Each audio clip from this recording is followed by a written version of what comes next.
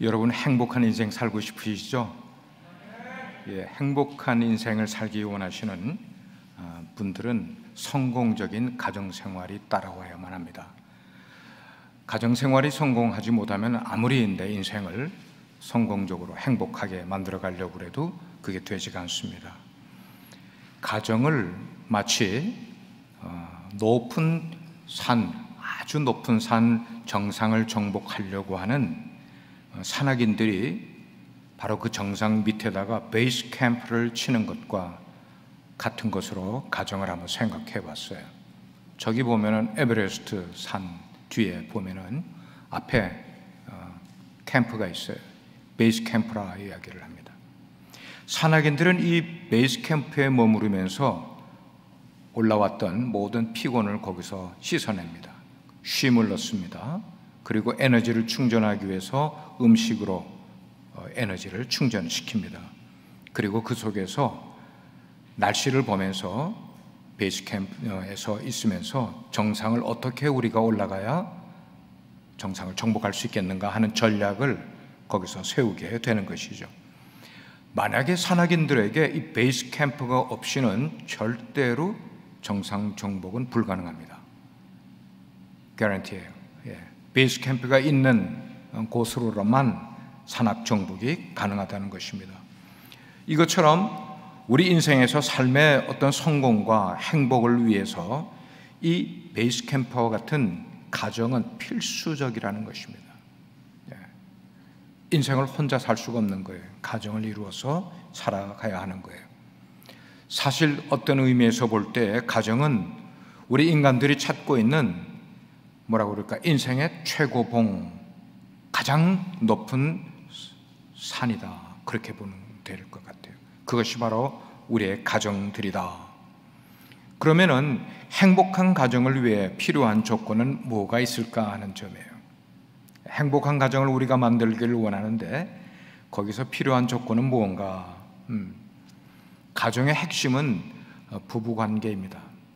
부부관계가 가정의 핵심입니다. 부부가 화목하고 부부가 행복하게 살게 되면은 그 가솔들에게 있는 자녀들은 따라서 행복해진 삶을 살아가요.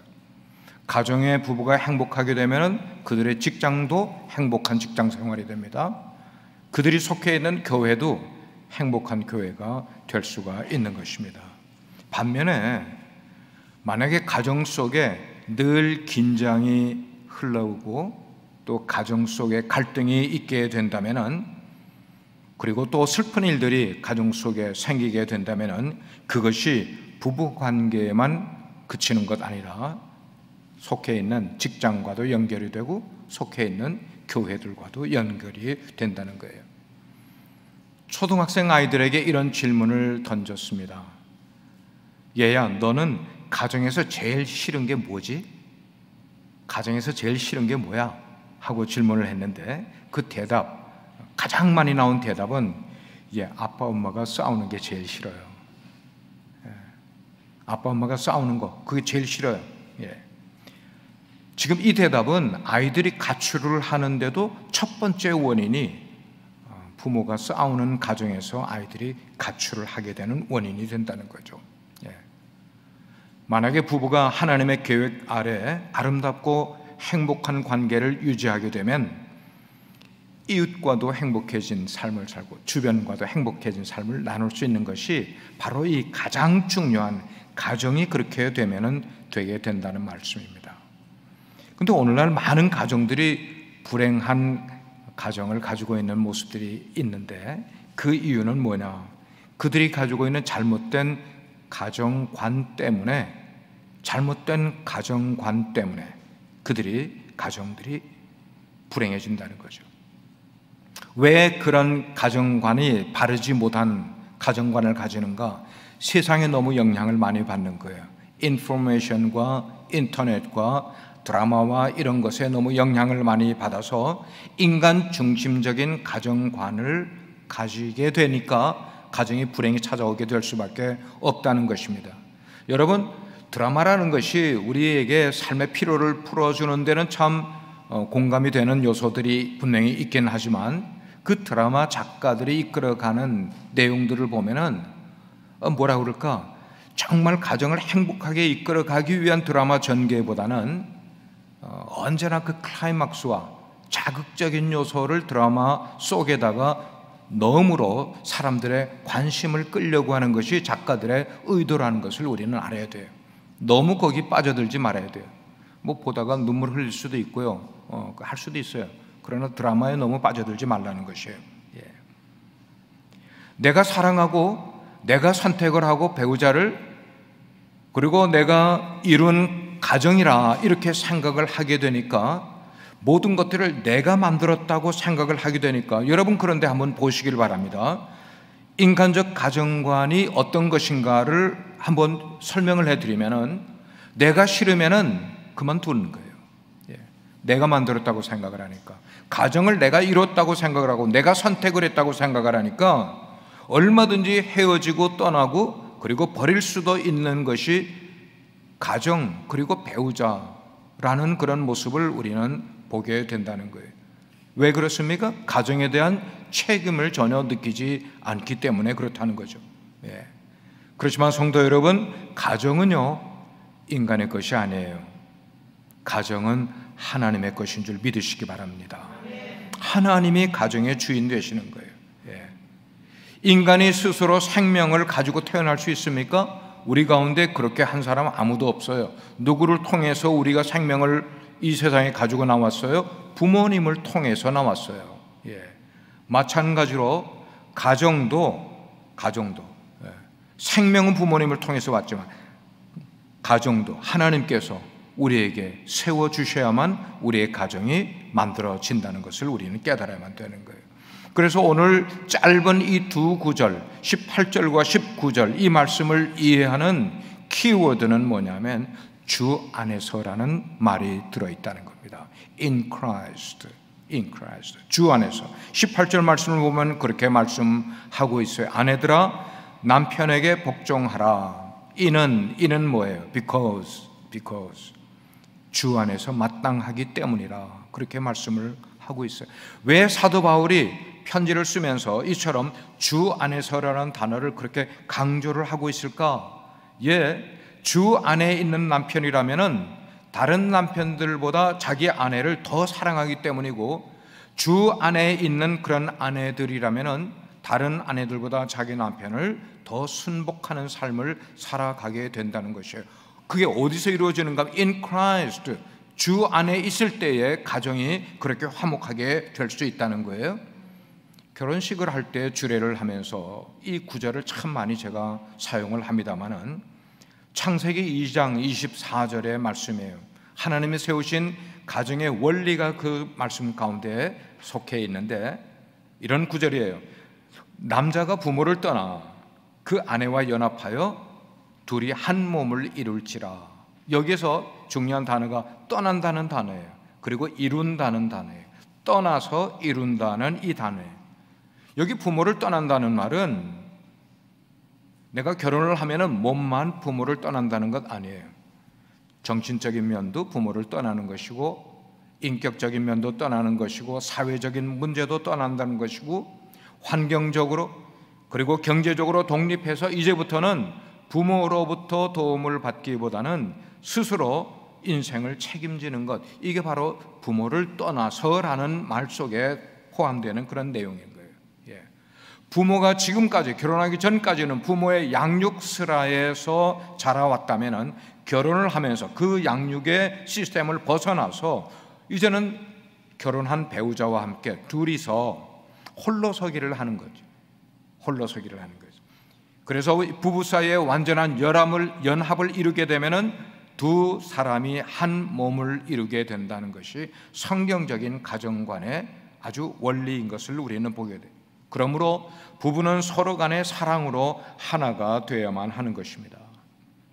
다음으로 부부 사랑의 원리를 알아야만 한다는 것입니다. 부부 사랑의 원리를 알아야만 한다. 이거는 교육을 받지 않으면 잘 모를 수도 있는 것들이에요. 사랑은 구체적으로 상대방에게 관심을 가지는 게 사랑입니다. 지난 설교에서는 제가 사랑의 반대말을 뭐라고 그랬어요? 미움이 아니라 잘 공부를 하셨네요. 무관심이라 그랬어요. 사랑의 반대는 무관심이다. 하나님께서 우리를 사랑하시고 관심을 가진 것처럼 가정 속에서도 배우자들이 서로 서로에게 관심을 가져야 한다는 거예요. 관심을 가진다는 것은 다른 것 아니에요. 상대방에 대한 지식을 점점 더 많이 가지면서 인생을 살아가야 한다는 거죠. 베드로전서 3장 7절 말씀을 보게 되면 이런 말씀이 있어요. 상대방에 대한 지식을 가지라. 그 말 가운데 남편들아 이와 같이 지식을 따라, 이거 있어요. 지식을 따라 너희 아내와 동거하고 그를 너보다 더 연약한 그릇으로 알고 또 생명의 은혜를 함께 이어받을 자로 알아 그를 귀히 여기라. 그렇게 이야기를 했어요. 남편들에게 하는 말, 그를 귀히 여기라. 이 말씀을 주신 이면에는 부부들은 절대로 무지를 따라 동거해서는 안 된다는 것. 무지라는 게 뭐예요? 알지 못하는 것, 지식이 없이 서로를 알지 못하는 상태에서 동거해서는 결코 되지 않는다는 말씀입니다. 최근에 이혼한 빌 게이츠에 대한 이야기가 여러분들 이슈를 냈어요.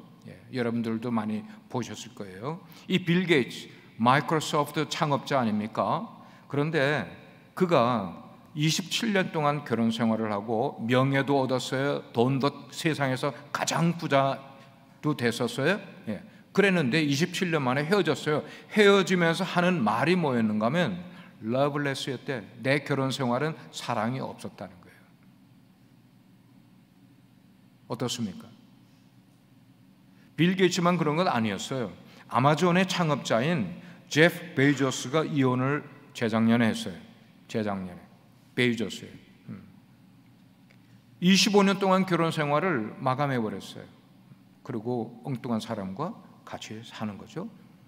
요즘 전기차로 아주 유명한 테슬라의 CEO인 일론 머스크가 두 여성과 3번 결혼하고 3번 이혼했어요. 그러면 또 하나 남은 게 뭐가 있어요? 구글이 남았잖아요. 그죠? 구글의 공동 창업자 세르게이 브린이 2015년도에 아내와 이혼을 했어요. 지금 난다고 하는 사람들이 다 부러워하는 사람들, 젊은이들의 우상과 같은 그런 존재들인데 그들의 가정은 다 허물어졌단 말입니다. 그리고 하는 말이 뭐예요? 내 인생은 실패했다는 거죠. 사랑은 상대방을 이해하고 아는 것인데 상대방의 무엇을 이해하고 아는 것이 사랑일까? 4가지만, 여러 가지가 있겠지만 중요한 건 4가지만 여러분께 말씀을 드리려고 합니다. 첫째는 상대방의 성장 배경과 상대의 역사를 알아야 한다는 거예요. 뭐 하기 위해서요? 사랑하기 위해서예요. 그래서 제가 결혼을 앞둔 젊은이들에게 주례를 하기 전에 꼭 물어보는 질문이 너 상대방의 어린 시절에 대해서 얼마나 알아? 내가 아는 거 이야기해 보게 해요. 알기는 뭘 알아? 지금만 알지. 지금 예쁘니까, 지금 뭐가 능력 있는 것 같으니까, 사랑하는 것 같으니까. 과거에 대해서 하나도 몰라. 그래서 결혼식 가기 전에 이틀 밤이 걸리든지 사흘 밤이 걸리든지 너네 둘이서 정말로 어릴 때에 6살에서 10살 때에 너희들의 삶의 배경이 어땠는지를 서로 fully understand 할 수 있을 만큼 얘기를 다 나눠. 그리고도 그래서 그거를 이해하게 되면은 그때 결혼식을 가져, 이렇게 이야기를 하는 거예요. 그렇다고 해서 중간에 그만둔 부부는 없어요. 다 결혼까지 갔어요. 중요한 건 바로 그거죠. 서로의 어린 시절과 성장 배경을 알고 가정의 분위기를 알고 이해를 하면은 그렇게 상대방을 아는 만큼 사랑할 수가 있게 되기 때문입니다. 두 번째는 기질과 성격의 차이를 알아야만 하는 거예요. 부부는 정말로 차이가 대단히 많이 있어요. 얼마나 많은지 몰라요. 여러분 20년 살아보신 가정들은 아실 거예요. 우리 부부가 얼마나 다른 점이 많은지를. 30년, 40년 살아도 또 다른 건 너무 많아. 여러분 가운데 한번 체크를 한번 해보시길 바라요. 성격이 급한 사람이 있고 성격이 느린 사람이 있어. 부부 가운데 어떤 사람은 굉장히 충동적인 사람이 있는 반면에 어떤 사람은 굉장히 용이 주도한 사람도 있어요. 어떤 사람은 외향적인 사람이 있는데 그 배우자는 굉장히 내성적이고 조용한 성격의 사람도 있단 말이에요. 어떤 부분은 한 사람은 사람을 굉장히 좋아하는데, 그래서 만나는 것도 좋아하고 초대하는 것도 좋아하는데, 한 배우자는 만나는 걸 싫어하는 거야. 사람 만나는 게 부담이 되는 거예요. 어떻게 만들어 가시겠어요? 한쪽의 이야기만으로 인생을 끌어가게 되면 그 부분은 X의 X, 그걸 풀어가지 못하면 안 되는 거죠. 세 번째, 습관의 차이가 있음을 알아야만 합니다. 습관의 차이가 있습니다. 적어도 결혼할 때까지 20, 30년 동안 각자가 다른 가정에서 자라면서 지내왔어요. 그러다가 두 사람이 결혼하게 되면 그 적응이 아무리 서로 사랑해서 결혼을 했어도 적응하는 게 너무나 어려운가. 정말 어려워요. 제가 결혼식을 치러준 가정 가운데 신혼여행 갔다가 싸우고 와서 헤어진 가정이 있어요. 뭐 사랑한다고 되는 일은 아니에요. 하나님께서는 남자와 여자를 다르게 만들어줬어요. 다르게. 특별히 이제 기억나는 분은 김정한 목사님의 그 치약에 대한 이야기는 굉장히 유명하죠. 여러분들도 아마 들어보신 분이 있을 거예요. 김 목사님은 뒤에서부터 짜가지고 들어가는 거를 늘 그렇게 하는 성격인데, 그 사모님, 트루디 사모님은 가운데를 꽉 짜는다는 거야. 그래 두 분이 지금 저게 5가지의 치약 짜는 유형이 나와 있는데, 사람의 성격에 따라 치약 짜는 스타일이 다 다르다는 거야. 여러분, 다 다른 거예요. 그래서 이 김정한 목사님도 그렇게 오랫동안 이 치약 짜는 것 때문에 맨날 화장실에서 화내고 싸우고 그렇게 했다는 거예요. 그래 나중에 안 되겠어서 각각 치약을 쓰면서 하나에다가는 빌리라고 자기 이름을 쓰고 하나는 트루디라고 사모님의 이름 써가지고 따로따로 쓰는 거야.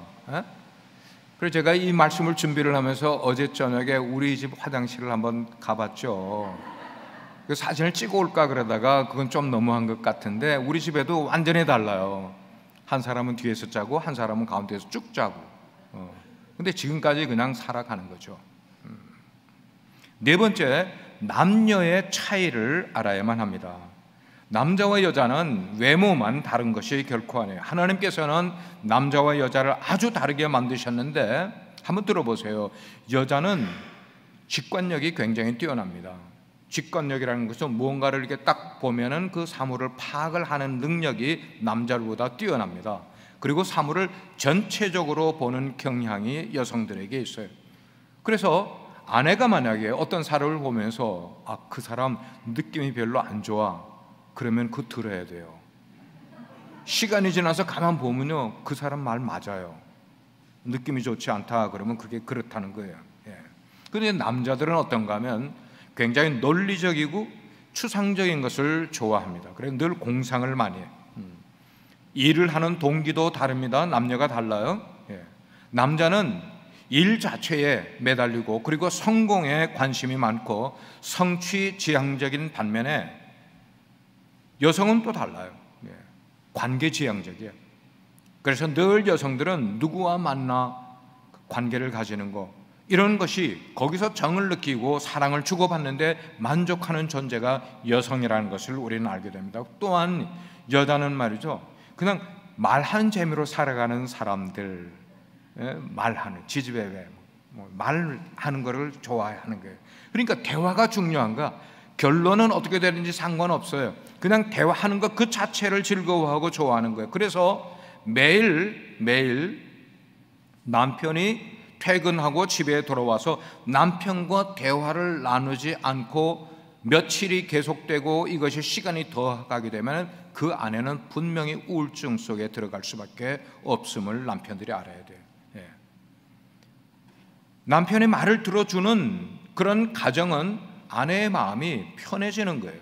아주 평안해지는 거예요. 가벼워진단 말입니다. 그러므로 아내와 대화하지 아니하고는 절대로 부부 생활이 친밀한 관계를 가질 수가 없음을 아셔야 돼요.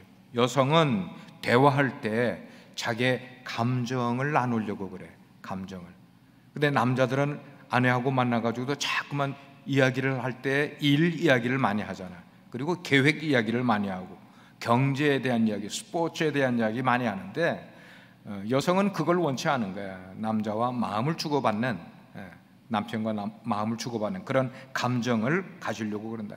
남편은 또 뭐예요? 결론지향적이지 않습니까? 그래서 아내가 막 뭐라고 이렇게 저렇게 이야기를 하게 되면은 가만히 있다가 나중에 하는 말이 뭐예요? 그래서 결론이 뭐야? 결론을 이야기해. 그냥 결론만 들으려고 그러는. 근데 아내에게는 전혀 그런 게 아니란 말입니다. 그러므로 이런 남자와 여자의 차이점을 알고 나면은 남자들이요, 아내에게 어떻게 하면은 아내가 행복해하고 어떻게 해야 사랑받는 것을 아내가 느끼는지를 여러분들이 알아야만 가정을 세워갈 수 있다는 거예요. 아멘입니까? 예. 바울은 행복한 부부 생활을 위해서 오늘 말씀을 보니까 아내와 남편 가운데 아내에게 먼저 권면을 주고 있는 말씀을 우리는 보게 돼요. 18절입니다. 아내들아, 남편에게 복종하라. 이는 주 안에서 마땅하니라 그랬어요. 여러분, 부부에게 주는 명령을 우리가 바로 알려면은 우리 속에 인간 이해가 충분히 있어야만 돼요. 근데 여러분, 대학 다니면서 인간 이해를 얼마나 배웠어요? 철학 개론 정도밖에 배우지 않았잖아요. 사회학을, 소시올로지를 공부할 때 얼마나 배웠어요? 인간에 대해서 그렇게 배우지 않아요. 예. 교회를 다니면서도 인간에 대해서는 별로 배우지 않고 뭐에 대해서 많이 배워요? 하나님에 대해서만 많이 배워요. 하나님에 대해서만.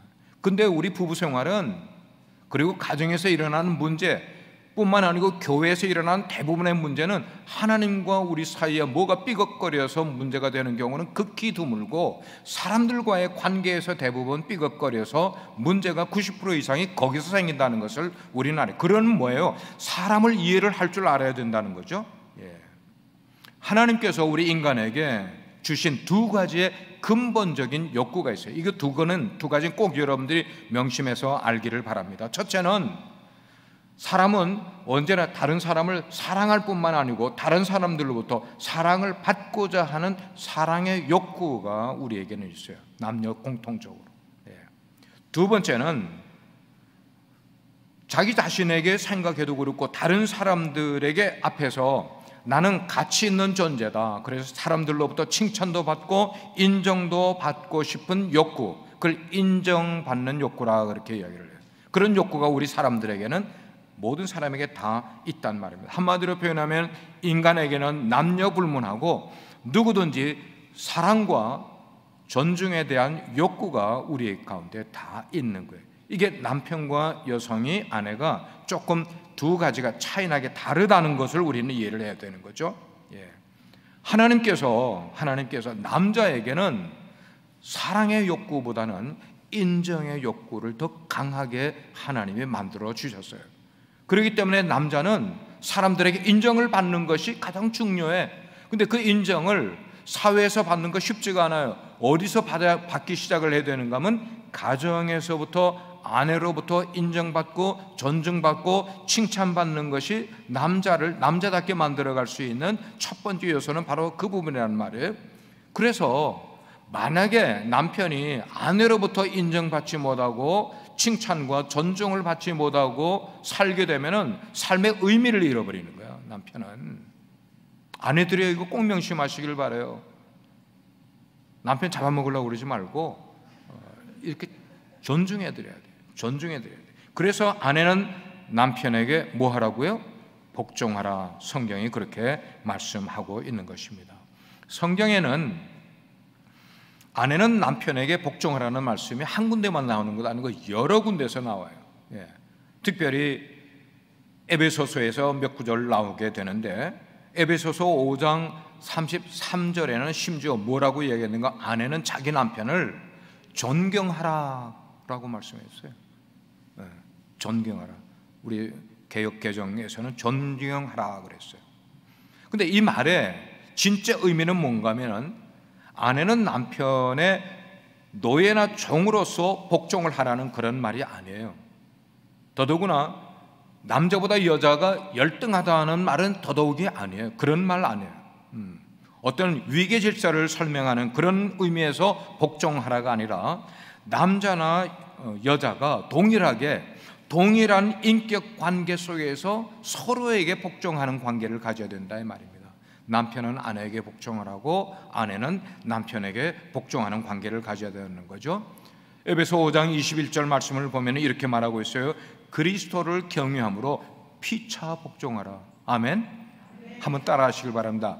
그리스도를 경외함으로 피차 복종하라.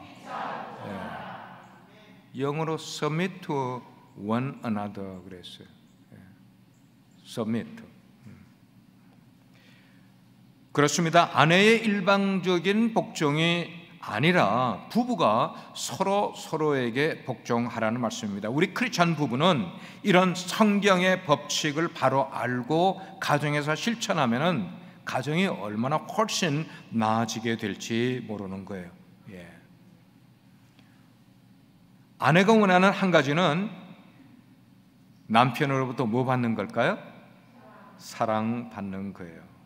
그 하나만 충족시켜주면은 그냥 너무 좋은 거예요. 가정은. 아내가 원하는 건 딱 한 가지예요. 남편으로부터 사랑받는 거죠. 그래서 오늘 본문 19절은 이렇게 말씀하고 있어요. 남편들아 아내를 사랑하며 괴롭게 하지 말라. Sometimes 남자들이 괴롭게 하는 모양 같아. 저희 가정에서도 그랬을 거예요. 많이 괴롭게 했을 거예요. 젊었을 때. 저는 하여튼 결혼하고 아내를 제 생각의 가정 수주로 만든다고 엉터리 같은 생각을 하면서 얼마나 힘들게 했는지 몰라. 나중에 깨달았어요. 한 10년쯤 지나서. 가정에 화목이 없더라고. 그러니까 하나님은 남편보다 아내에게 사랑받는 욕구를 더 크게 하셨어요. 아까 제가 이야기한 것 가운데 하나님께서 남편에게는 무슨 욕구를 크게 하셨다고요? 인정받는 욕구를 크게 하신 반면에 아내에게는 사랑받고 싶어하는 욕구를 남편보다 더 크게 만드신 존재가 아내라는 것입니다. 여기에 지금 사용한 사랑하며라는 헬라어 단어는 러브가 아니고 아가페라는 단어를 썼단 말이에요. 아가페가 무슨 사랑이에요? 하나님의 사랑과 같은 사랑으로 아내를 사랑하라, 그렇게 이야기하는 거예요. 그 아가페적인 사랑은 뭐예요? 조건 없는 사랑인 거예요. 절대적인 사랑인 겁니다. 자신을 모든 것을 내어주는 그런 희생적인 사랑을 의미하는 거죠. 그래서 여자들도 남자들처럼 인정받고 싶고 존경받고 싶은 욕구가 없는 것은 아니지만, 그러나 아내들에게는, 여성들에게는 사랑의 욕구가 남자들보다 훨씬 더 크고 많다는 것을 우리는 알아야만 되겠죠. 그러면은 아내를 구체적으로 사랑하는 방법에는 뭐가 있을까? 돈 들지 않아요. 아내를 구체적으로 사랑하는 첫 번째 방법은 아내의 말을 경청하는 거예요. 경청하는 거예요. 아내의 말에 귀를 기울이는 거죠. 아내가 말을 할 때 끝까지 들어주는 거야. 중간에서 막 끊으려고 하지 말고 공감하면서요, 고개도 끄덕끄덕 해주면서 말이죠.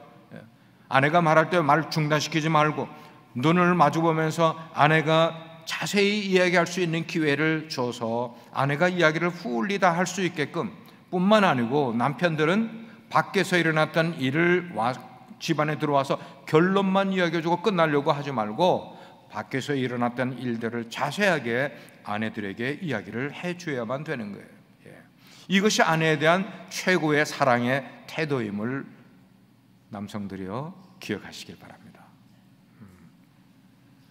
그렇지 않고 만약에 남편들이 밖에서 물론 스트레스 받는 일도 많고 직장 상사에게 욕먹는 일도 있었을 것이고 아내들이 이런 것 좀 이해를 해야만 합니다만은, 그런 일들이 있었다 하더라도 집에 들어와서 아무 말도 하지 않고 입을 그냥 닫고 있게 되면은, 아무리 아내가 남편이 밖에서 돈을 잘 벌어다 주고 아무리 남편이 건강한 삶을 혼자 잘 살아간다 할지라도 아내들에겐 필요가 없는 거예요.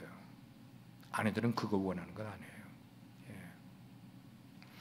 이런 지식을 따라 사랑하지 않게 되면은 아내나 남편을 자기 좋아하는 대로 대하려고 할 때에 가정 속에서 갈등이 늘 생겨나게 되는 것입니다. 그렇기 때문에 남편도 아내도 어느 정도는 대화 기술을 좀 디벨로프 시켜야만 되는 거예요. 대화의 기술을 배워야 되는 거죠. 그래서 요즘 사람들은 좀 책을 보시지 않습니까? 여러분, 대화 기술이라는 것을 한번 찾아보시길 바라요. 인터넷에도 찾아보시고 책도 대화에 관한 그런 책을 하게 되면 부부가 훨씬 발전을 시키는 부부 생활을 가질 수가 있기 때문에, 뿐만 아니고 가정에 갈등이 생긴다 그러면 그 갈등 해결 요소가 뭔지, 그 갈등 해결에 대한 지식, 그런 방법, 이런 것들도 여러분 스스로 배우든지 인터넷 강좌를 통해서 배우든지 이제는 배워야 된다는 말씀입니다. 부부 생활 그냥 행복해지리라고 생각해서는 안 되는 거죠. 그래서 오늘 말씀의 제목이 그거예요. 사랑과 복종. 이것이 부부관계의 핵심인 것이에요. 사랑과 복종인 거예요. 하나님께서는 이런 욕구가 어디에서 충족되기를 원하셨는가? 바로 우리의 가장 작은 단위인 가정 속에서 충족되게 하신 거예요. 그러나 만약에 이런 욕구가 가정에서 채워지지 않게 될 경우에 어떤 문제점들이 생기는지를 잠깐 여러분께 말씀해 드릴게요. 만약에 이런 것들이 채워지지 않으면, 충족되지 않으면 너무 만족한 삶이에요.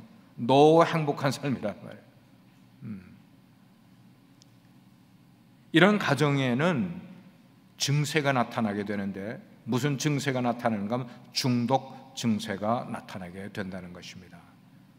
가정 속에서 이런 것이 채워지지 않게 되면은, 남편이, 아내가 집에 있는데 남편이 돈을 벌어다 주긴 주는데 자기에게는, 아내인 자기에게는 전혀 관심을 표현하지 않게 된다. 그러면 아내는 일에 집중하게 되는 거예요. 일만 집중하는 것 아니라 잘못된 성적인 충동에 집중하게 되는 거예요. 그러면 탈선하게 되는 거예요. 남편도 마찬가지예요. 아내로부터 진심 어린 존중을 받아야만 되는데 그런 것이 가정에 들어갔는데도 전혀 존중받는 그런 태도가 없는 것 같다, 그렇게 느끼게 되면은 슬그머니 밖에서 겉도는 거예요. 겉돌면서 자기를 인정해주고 자기를 알아주는 사람, 제가 더 이상 얘기를 안 해도 여러분들 너무나 더 잘 아세요. 너무나 잘 아세요. 한동안 40대, 50대에게 유행되던 말이 있었어요. 그건 뭔가 하면 애인 신드롬이라는 거예요. 애인 신드롬. 40, 50대에 애인도 없으면 뭐 어떻다, 뭐 이런 식으로. 이게 얼마나 어처구니 없고 얼마나 힘든 일인데도 불구하고 이런 일들이 일어나고 있는 이유는 뭐냐면, 가정 속에서 성령 충만하지 못하고 가정 속에서 부부가 사랑으로 충만하지 않게 되면 생겨나는 문제, 바로 그런 문제가 생겨나게 된다는 거죠. 오늘 말씀을 한번 종합을 합니다. 이 세상에 갈등이 전혀 없는 부부는 있다 없다? 없어요. 우리 인생치고 갈등이 없는 부부는 아무도 없어요. 비록 우리가 처음 20대, 30대 만나서 사랑할 때는 정말 뜨겁게 사랑하고 뜨겁게 열정을 교환하던 그런 열정은 시간이 지나면서 부부 생활 가운데 식어졌을지 모르지만 그것 때문에 인생에, 특별히 부부 생활에 좌절하지 마시기를 바랍니다. 그것을 오히려 인생의 전환점으로 여기시기를 바랍니다. 어떤 의미에서 행복한 부부는, 어떤 부부가 정말 행복하냐면은 문제를 하나도 겪어보지 않은 가정보다는 그 문제를 겪게 됐는데 그것을 어떻게 했을까? 극복을 했어요. 그 문제를 해결을 했어요. 그러면서 문제점이 뭔가를 깨달은 그 다음에 진정한 사랑의 관계로 다시 맺어지게 되는 그런 부부가 아름다운 행복한 부부가 된다는 것입니다. 그러므로 행복한 부부는 갈등이 생길 때에 그것을 늘 사랑과 믿음으로 극복해낼 수 있는 가정이 되어야만 되는 거예요. 딴 데서 문제를 찾으려고 하지 말고 사랑과 믿음으로서 극복해 가야 되는 거예요. 이러한 행복한 부부 관계에 필요한 사랑, 그것은 서로 아까 그 차이에 대해서 무엇을 상대방에게 알아야 되는 네 가지를 이야기 드렸는데, 있는 그대로 인정해 주는 게 최고예요. 예. 상대방을 결혼할 때 그가 가지고 있었던 성품 그대로, 그가 가지고 있던 배경 그대로를 인정해 주고 그걸 받아주는 삶, 그걸 고쳐가려고, 장 목사가 그걸 고쳐가려고 얼마나 노력했는데 안 고쳐졌어. 예. 지금 40년 됐는데 안 고쳐졌어요. 그거 고쳐지는 게 아니야. 그대로 인정해주고 그 다음부터는 행복하게 만들어 가는 거죠. 탑을 그렇게 쌓아가는 거죠. 예. 그리고 서로의 필요와 욕구를 알아서 채워주려고 애를 쓰는 모습이 있어야 돼. 알아서 채워주는 거죠. 그래서 서로의 잘못도 허물도 덮어주고 용서해주는 그런 삶을 부부가 살아야만 하는 것입니다. 성경은 사랑을 뭐라고 이야기했는가? 자기의 유익을 구하지 않는 거래요. 왜 가정들이 삐걱거리고 왜 가정에 문제가 생기고 다툼이 생깁니까? 자기의 유익을 구하려고. 남편은 아내를 통하여 자기를 채우려고 하고, 아내는 남편을 통해서 자기의 욕구를 채우려고 하다 보니까 그렇게 안 되는 거야. 성경은 그게 아닌데 뭐라고 그랬어요? 사랑은 자기의 유익을 구하지 않는다 말씀하고 있어요. 아멘입니까? 여러분 크게 아멘 하세요. 예, 자기의 유익을 구해서는 가정이 화목이 안 되는 거죠. 우리 빛과 소금의 교회의 지체 가정들은 여러분들이 결혼 생활을 하면서 어떻게 사랑으로 충만한 가정을 이룰 것인가를 기도로 하나님께 자꾸만 여쭤보세요. 하나님, 우리 가정이 어떻게 해야 정말 행복하고 사랑스러운 가정이 될 수 있을지요? 하나님께 여쭤보고 하나님이 답을 찾아내시길 바랍니다. 다음은 뭐냐면 기독교적인 가정관을 여러분들이 배우셔야 된다는 말씀입니다. 배우셔야 된다고요. 예. 우리가 결혼을 하고 살아갈 때는 교회에 가정사역이라는 자체가 말도 없었어요. 말도 없었어요. 그런 때에 우리가 힘들게 가정생활을 하지 않았습니까? 근데 지금은 가정사역이 우리 교회만 해도 여러 가지가 있단 말이에요. 배워야 돼요. 어떤 것이 기독교적 가정관, 이런 것 없으면 여러분들 세상에 뉴스를 보고 아니면 드라마 보는 그것 가지고 인생을 이해하고 가정을 만들어 가려고 하면 큰 코 다쳐요. 그게 여러분들을 바른 길로 이끌어주는 게 결코 아니라는 거예요. 그것을 여러분 가정에서 실제로 잘 적용함으로 가정들마다 에덴 동산을 만들어가는 여러분 되기를 주의 이름으로 축원합니다. 기도하겠습니다. 사랑하는 주님, 주님은 우리 가정의 주인이심을 고백합니다.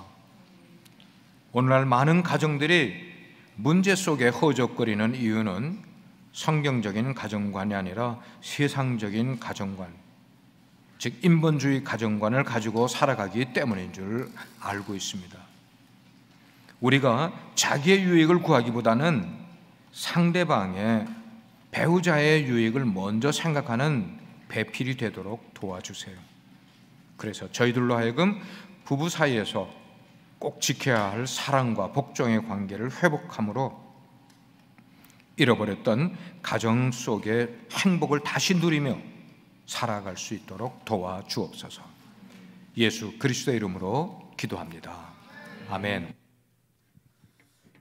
네, 우리 다 일어나셔서 함께 찬양 드리면서 준비하신 예물